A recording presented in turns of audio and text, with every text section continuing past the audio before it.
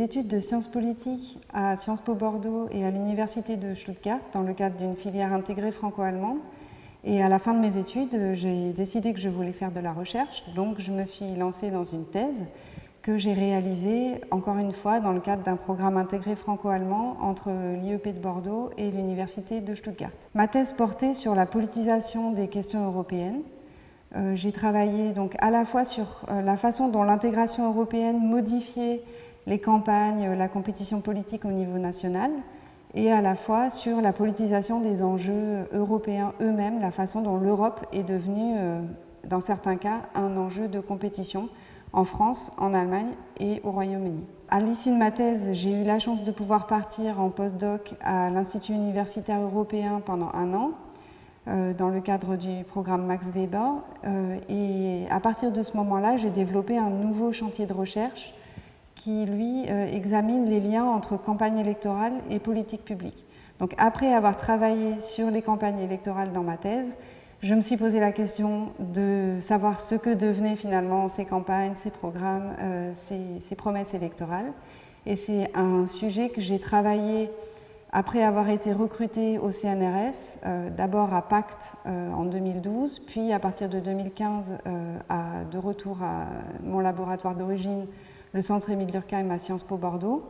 Et j'ai travaillé de 2 manières la question de l'articulation entre campagne et politique publique.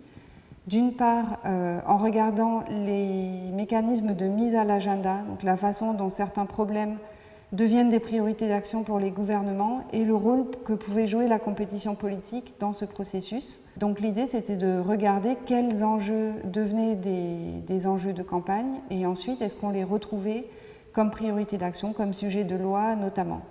Et c'est un chantier qui a débouché, que j'ai mené de façon de plus en plus comparative et qui a débouché en 2021 sur la publication du livre Do Elections Still Matter avec Emiliano Grossman. Et d'autre part, j'ai travaillé cette question du lien entre compétition politique et action publique en m'intéressant vraiment aux promesses électorales elles-mêmes et donc en les recensant dans une base de données qui couvre tous les exécutifs français des 20 dernières années et en allant regarder ce qui avait été promis, ce qui avait été tenu et ce qui n'avait pas été tenu, et avec l'idée de regarder derrière quels étaient les facteurs qui pouvaient expliquer que certaines promesses étaient mieux tenues que d'autres. Donc actuellement, je continue sur cette lignée. J'ai plusieurs ensembles de travaux, mais mon chantier principal reste celui de l'articulation entre compétition politique et action publique. Mais ce qui m'intéresse maintenant, c'est de regarder tout ce que ça implique en termes de représentation. C'est-à-dire ce que perçoivent les citoyens, est-ce qu'ils connaissent toutes les promesses électorales, est-ce qu'ils connaissent les promesses électorales qui les concernent, est-ce qu'ils savent ce que deviennent les promesses électorales, et ensuite en regardant aussi à qui on promet et quelles sont les promesses qui sont les mieux tenues ou moins bien tenues en fonction des groupes qui sont ciblés. Donc je regarde à la fois la perspective des citoyens et celle de l'offre politique, en faisant de nouveau des bases de données sur les promesses électorales classées par les types de groupes qui sont ciblés, et en faisant ensuite des analyses statistiques sur le taux de réalisation des promesses qui affectent différents groupes. Le Centre d'études européennes et de politique comparée est un laboratoire que je connais depuis très longtemps, avec qui j'ai des liens très anciens depuis le début de ma thèse, notamment parce que Sciences Po a des relations privilégiées avec toutes les institutions par lesquelles je suis passée, donc Sciences Po Bordeaux d'abord et Sciences Po Grenoble ensuite. Ça s'est passé par des réseaux entre les personnes qui travaillent sur les études électorales et la compétition politique. Il y a eu par exemple le projet Trielec en 2012 qui rassemblait des personnes de ces 3 institutions qui travaillaient sur l'élection présidentielle.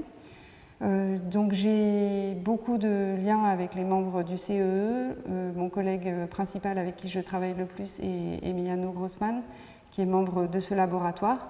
Mais plus généralement, au-delà des liens interpersonnels, c'est le laboratoire vraiment idéal pour mettre en œuvre mon programme tel que je l'ai décrit tout à l'heure, parce que c'est un laboratoire qui se situe vraiment à la charnière entre compétition politique, études électorales d'une part, action publique d'autre part, Et troisièmement aussi toute une série de réflexions sur la représentation, et notamment la représentation parlementaire sur laquelle je travaille beaucoup. D'un point de vue méthodologique, j'ai été très attirée par l'accent qui est mis sur la comparaison, et notamment la comparaison internationale, mais aussi par la perspective de pouvoir travailler avec des experts des méthodes qualitatives et des méthodes quantitatives que j'essaie de combiner dans mes travaux. Sciences Po.